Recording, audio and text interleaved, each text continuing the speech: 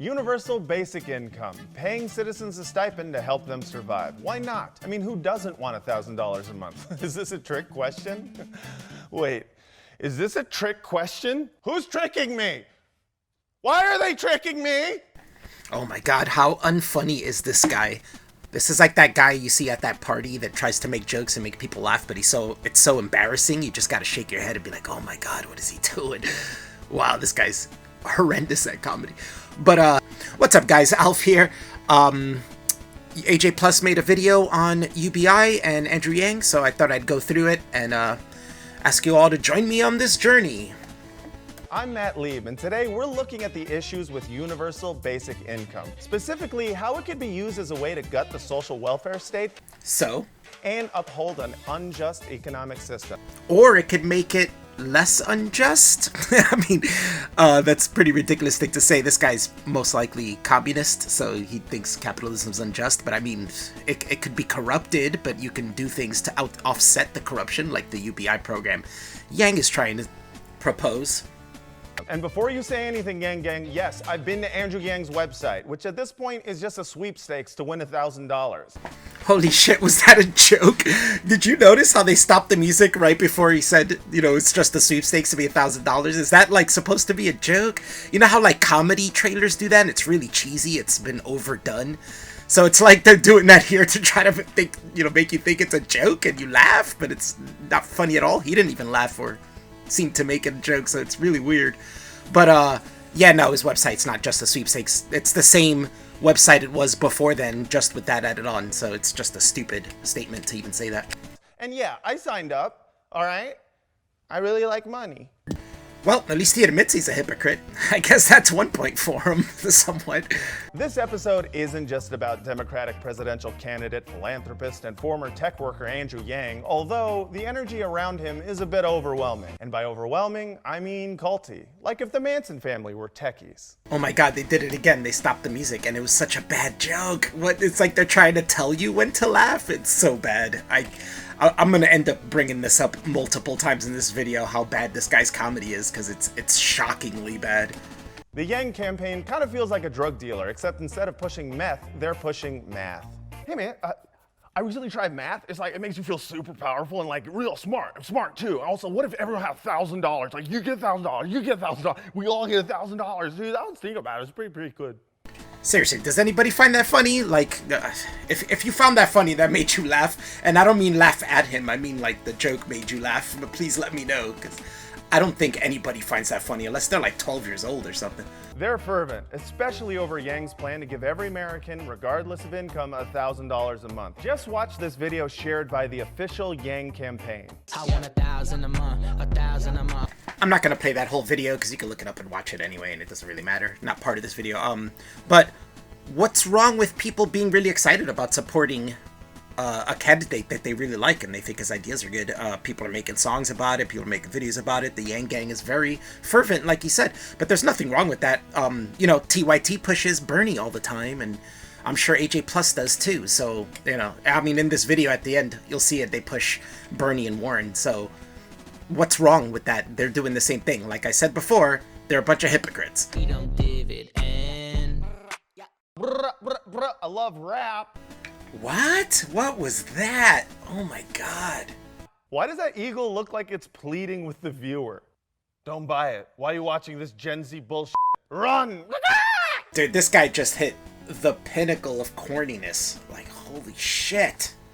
Yes, the freedom dividend. But freedom for whom? Is it freedom for citizens to get ahead in times of massive income inequality? It could be. That could be one of its purposes, but I'm sure it holds many purposes, and we'll talk about that later. Or freedom for the government from hearing anyone whine about it?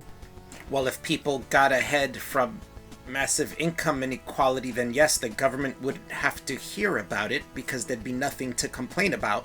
And if they did complain about it, even when there was nothing to complain about it, then they would be idiots, right? Like, what? Does that make any sense, what he just said? Let's look at universal basic income, or UBI. What is it? It's where the government agrees to pay a minimum salary to each and every member of society, no strings attached. Everyone gets an equal amount of money from the government every month, no strings attached. That every month, here's money to use with no strings attached. They keep saying no strings attached. Why does it sound like UBI wants to start an open relationship with me? God, another bad joke. Is this guy not aware that no strings attached can be used for any type of agreement or deal? It doesn't have to be about relationships or anything? Like, what? UBI is essentially a payment from the government to every adult citizen, the goal being to reduce economic inequality and unemployment. Well, finally, something you said I can call out. Those are some goals of UBI. Those are benefits that come from UBI, but that's not the full goal of it. There's multiple goals of it. It's to correct trickle-down economies from Reagan's era. It's also to boost our economy.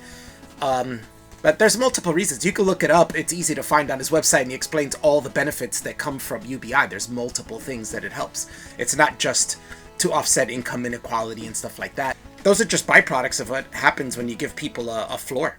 UBI experiments have actually been implemented in countries like Kenya and Finland and in cities like Stockton, California. And while the impact of UBI is still being determined, signs show it's helped low-income people get on their feet. That's probably why many progressives are in favor of some form of UBI. So he agrees it's a benefit to what he likes, and he totally agrees that it helps these people, but yet he's gonna find problems with it. Watch. Part of Black Lives Matter's platform was a basic income program, and even Martin Luther King Jr. wrote about a basic income for Americans. But it's the strange bedfellows from the right who also support UBI that should make us take a closer look at it. People like Richard Nixon, or the godfather of free market economic orthodoxy himself, Milton Friedman. Plus, billionaires like Elon Musk and Mark Zuckerberg support UBI. UBI is one of those things that appeals to everyone, like Will Smith. But the question is, which form of Will Smith are we talking about here? Because if it's this one, then I'm out. Yike, another flop with the joke. So progressives agree with it. He's a progressive. He's like, yeah, that's cool. But now, oh wait, but conservatives also agree with it. There must be a problem with it. I can't ever agree on the same thing as a conservative. That's terrible. Oh wait, also rich tech people like it, even though they're progressives too. I can't agree with rich progressives, except for Bernie, I guess. It's so weird. So because there are some conservatives who agree with this, Richard Nixon, a conservative Republican president, tried to pass this twice in 1970. Because that happened, because Milton Friedman, who is a top leading expert in economy, agrees with this, and Richard Nixon tried to pass the 70s on the recommendation of people like Milton Friedman. The top leading economists wrote him a letter saying this was the best step forward for America at the moment, and yeah, because Richard Nixon listened to the top leading economists and tried to pass it, there must be a problem with it. It's ridiculous that these guys do not want to agree with anything that conservatives or rich people say, that they're willing to throw out something that it's beneficial to progressives and is a progressive idea in the first place. But there's serious cognitive dissonance going on there. So what is the catch that would make such free market lovers embrace Yang's UBI plan? Well, there's a number of things. First, it could be used to undermine the social safety net by making people choose between $1,000 or certain social programs like food stamps and housing vouchers, which is what Yang's plan entails. How is this a problem? Giving people the choice is a problem? You don't want people to be able to choose which one they want? Like, you want to force things on them? That's very strange. Yeah, if you are gaining benefits from the government and it exceeds the amount of the UBI, you can choose to stay on your old one. You can choose your housing vouchers and your food stamps if you think that's more beneficial to you. Why not? $1,000 might be better even if your housing vouchers and your food stamps surpass it, because with the $1,000 you're not relegated to have to use it on rent or food. So it's a better choice for some people. Let people have their choice. There's no problem there.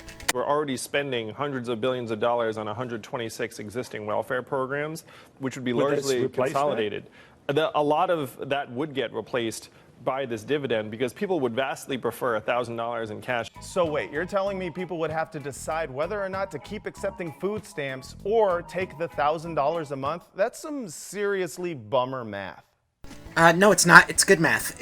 If just think about it, this guy has no critical thinking skills. Food stamps are for specific items. They have to spend it on those specific items. $1,000 a month from UBI is not for specific items. You can use it on anything you want. That could be more beneficial to certain people than having to be relegated to spend it on specific things.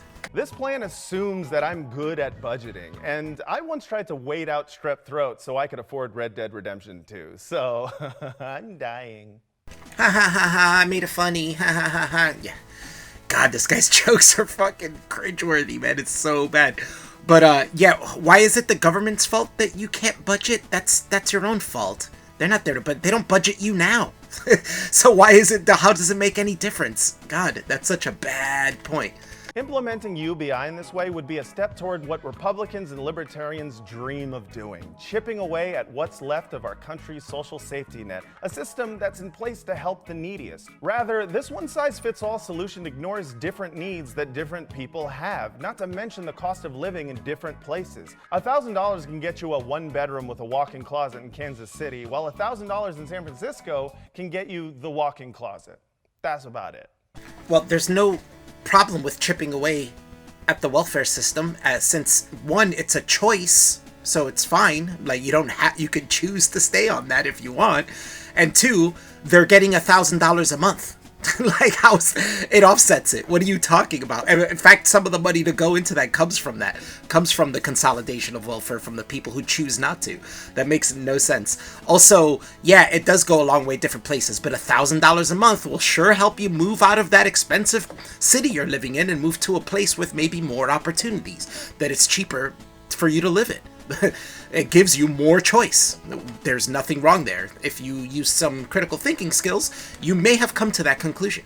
Another sign that this might not actually be a progressive policy is the way that Yang plans to pay for UBI. Whereas candidates like Bernie Sanders and Elizabeth Warren propose raising taxes on the wealthy, Yang isn't too concerned about taxing extreme wealth.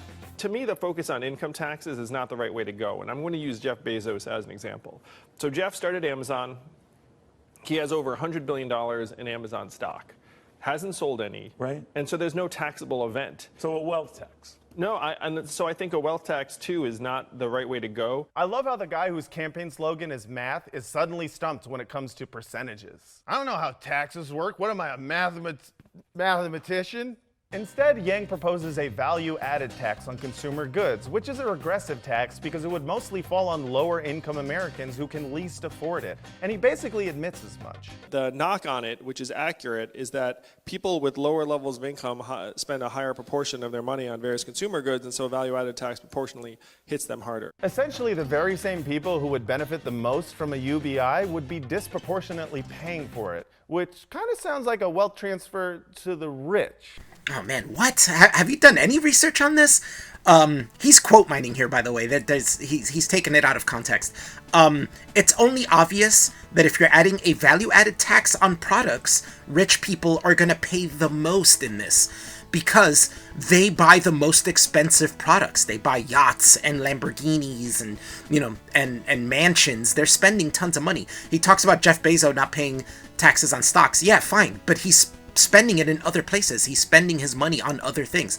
Big, large items that cost tons of money.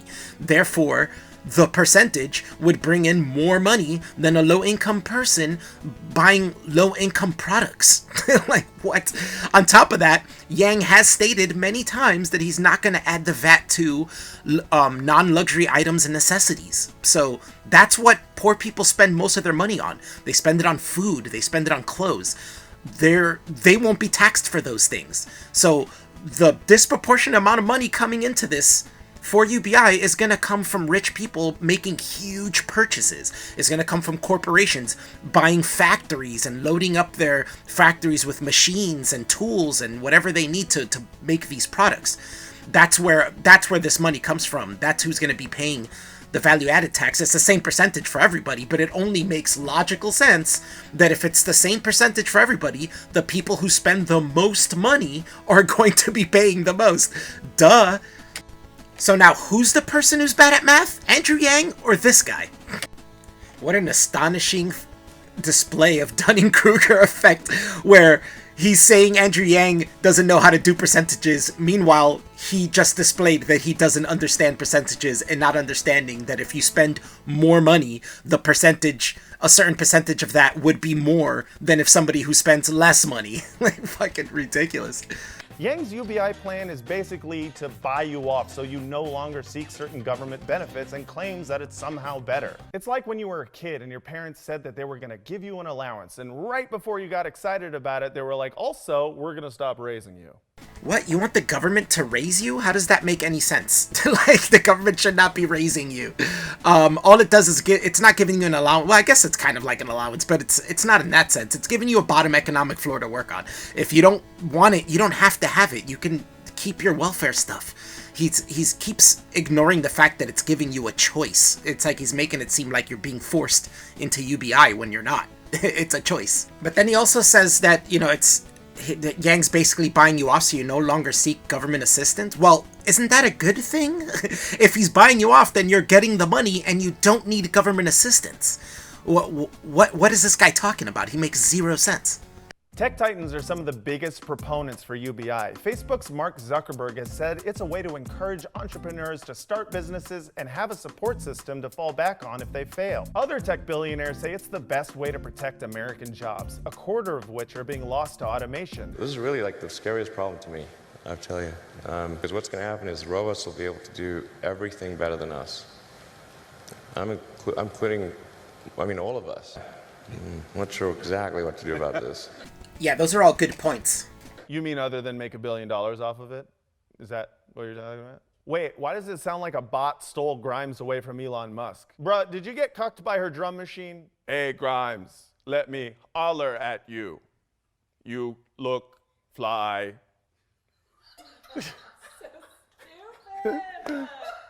I wonder if he realizes that they're laughing at him, not at his joke. Like, even his coworker said, "That's so stupid," because it was just such a bad, stupid joke, and they were laughing at him for how bad and corny he is. The problem with the idea that robots are going to automate humans out of jobs is that it forgets that humans make robots. So automation and people losing their jobs are only inevitable if humans make it so. Well, good luck stopping it with your corny jokes, because it's inevitable, it's going to happen. Yeah, humans are going to make it so, and you're not going to stop it. And in fact, a solution like UBI to it is at least coming up with a solution that's feasible. That, you know, I mean, we can stop doing automation if you want in the US, but guess what? Every other country's gonna do it, and we're gonna be left behind, and they will prosper and we'll be fucked. So what's the better solution? Is to figure out a way that we can still make money out of it as a nation, right? Each individual as well, that we all benefit from this, from the country rising up through automation and making tons of money. But Yang supporters seem to be bizarrely resigned about the robot takeover. I'm here with Robot, and you said that you're here to take our jobs. I am the future, and we were going to take your jobs. Do you work as a cook, retail? Even if you're a lawyer, that's going to get automated away. People don't understand. The future's coming. It's going to happen sooner than you believe. Wow, that looks like the most depressing Comic-Con cosplay ever. Okay, when you press this button, it busts unions. And when you press this button, it sends in the scabs. Look, I get it. I too have seen all of the Terminator movies and been like, you know what? You can enslave all of us if you just stop making sequels. But Yang applies that same nihilism around the economy to climate change as well. So I want to make a point here how, if you noticed, he completely dodged answering that, right? He was talking about automation and he's saying, oh, Yang Gang thinks automation is going to take over. He never gave any point or argument against that. He didn't even try to debunk it. In fact, he just used it to talk about nihilism and how Yang is nihilistic about climate change, which he's really not. He's just realistic on it, but we'll get to that. But you notice he just shows, instead of making an argument or debunking automation takeover, he just shows a clip of some goofy guy at some convention in a costume. He just nitpicks that. He had no argument for it because he has no argument for it. He's not that smart. With this glib answer in one of the Democratic primary debates. This is going to be a tough truth, but we are too late. We are 10 years too late. We need to do everything we can to start moving the climate in the right direction, but we also need to start moving our people to higher ground. I love how commendingly defeatist he is about the coming climate apocalypse. Honestly, it's over, doggy. Move to higher ground, learn how to fish, and gain a taste for human flesh. Oh, you don't have a fishing rod? Here's $1,000. That nihilism gets to the heart of why UBI, as it's being presented, is merely a band-aid on the head wound called capitalism. No, you don't understand what nihilism is. That's not nihilism, that's realism. Yeah, if you look at what, the climate change science is saying, yeah, we are too late. It's not saying we're too late where we're fucked, but we need to start reversing shit. It's not anymore a thing of preventing, it's a part of reversing. He understands that, he understands the science, he's looking into it. So it's not nihilism, it's realism. There's problems, and he has some sort of solution for it. At least nobody else does. Yang's UBI isn't trying to stop the bleeding of economic inequality with progressive taxes or regulations or expanding the social safety net. Instead, it's a bone for the 99% to chew on while leaving crony capitalism and corporate domination intact. I wish he'd explain how he's doing that, because it's not doing that. But even in the end, if this guy's problem is capitalism, I don't know if he understands that there's no politician or candidate out there who's going to end capitalism. It's not going to happen anytime soon. So would you rather things continue the way they are? Or would you rather have some sort of small step forward and solution?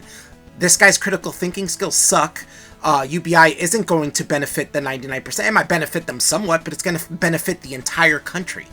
If it benefits the entire country, it's benefiting all the individuals within it. Duh. Because I did go to Andrew Yang's website, and guess what? He says as much, writing that the freedom dividend is necessary for the continuation of capitalism through the automation wave and displacement of workers. Markets need consumers to sell things to. The freedom dividend is capitalism with a floor that people cannot fall beneath. Okay, what's wrong with that? Name one candidate who's running on ending capitalism. I'll wait. The problem is there's no ceiling on economic growth. So it's nice that there's a floor, but if there's no ceiling, aren't we just sleeping outside? Like, are we homeless in this scenario? Because we sound homeless. Well, you might go homeless from how bad you are at this, but why would you need a ceiling? In fact, if you added a ceiling, the UBI would drop and you wouldn't have that bottom floor anymore. If they hit a ceiling, then there's only so much they can spend. The more they go above and keep earning and prospering, the more they're going to spend adding back into the UBI. What? Plus, how would you even implement a ceiling? How would you implement a cap on how much money somebody could have? That's ridiculous.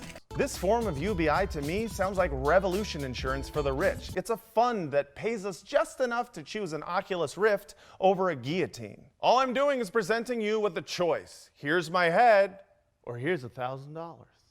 What? That's ridiculous. Those aren't the choices. The choices are continue to be on the welfare program you're on, or take $1,000 a month that you can spend on anything. Why does it have to be your head or $1,000? No, and it doesn't benefit the rich as you're saying it does. You're just too dumb to realize and understand what the UBI is and how the VAT tax works. Now, this entire discussion at this point is all theoretical. Yang probably won't be the Democratic Party's nominee, and kids in Uganda might end up with a bunch of free hats from America that say math on them. Rad. But still, it's important to understand that UBI without economic justice is simply a libertarian Trojan horse. It starts to dismantle the social welfare state and tells Americans that they're on their own in an economy that's rapidly making them disposable. That's completely contradictory to what it is. How is it making them feel like they're on their own and that they're disposable by giving them $1,000 a month? How does that make any sense? You just don't like it because you're anti-capitalist, and this works. It's weird to even argue against this, because this is actually helping there be less corruption in capitalism, but somehow they don't like it. It's because they have their certain candidate that they really want, and they don't care. They don't want anyone else. And now they're making this video because they're seeing Andrew Yang has been rising through the ranks. Now he's in 4th place, and I guess they're getting a little nervous about it. But I mean, he might be right. Maybe, Andrew Yang might not win. He came out of nowhere. He's doing really well, but he came out of nowhere, and he might not make it this time, but he might make it next time, and that's kind of the point. But what he's saying it is completely opposite of what it actually is. This guy has no understanding of how economics work, really. That's why Bernie Sanders and Elizabeth Warren believe not in guaranteed money, but in a federal jobs guarantee. And when asked about UBI, they make it about structural economic reform. Let me end on a question about universal basic income. I am absolutely sympathetic to that approach. That's why I'm fighting for a $15 an hour minimum wage, why I'm fighting to make sure that everybody in this country gets the nutrition they need, why I'm fighting to expand Social Security benefit. Yeah, $15 minimum wage would completely cripple small businesses and prevent people from starting small businesses because they won't be able to afford hiring people for their businesses. Whereas UBI would give them $1,000 a month and they would be able to afford it because they're not working on $15 minimum wage and they can afford to pay those people. They can have that one extra employee, if anything. So, and in the end, Bernie here, they use this as an example against UBI, and Bernie here says he's sympathetic to it. Like, damn. Universal basic income. I think there's so much more that we should do before we get there. Start with universal child care. Do the student loan debt forgiveness and give people more opportunities. Let's get everybody on board and try that. Terrible point by Warren. Yeah, even if you want those things, you want universal child care and to student loan debt forgiveness, UBI is a step towards that. With UBI, people will be able to afford child care easier and would be able to pay off their student loans easier. Instead of trying to push something like universal child care and student loan debt that would be very difficult, we can push a UBI that helps multiple things, including those things. And her pushing all these small little things individually is going to take a long time to push all those through. Why not do a UBI now, and then you can push, to lighten the load off these people that need childcare and student loan debt forgiveness, and then you can work on those things individually.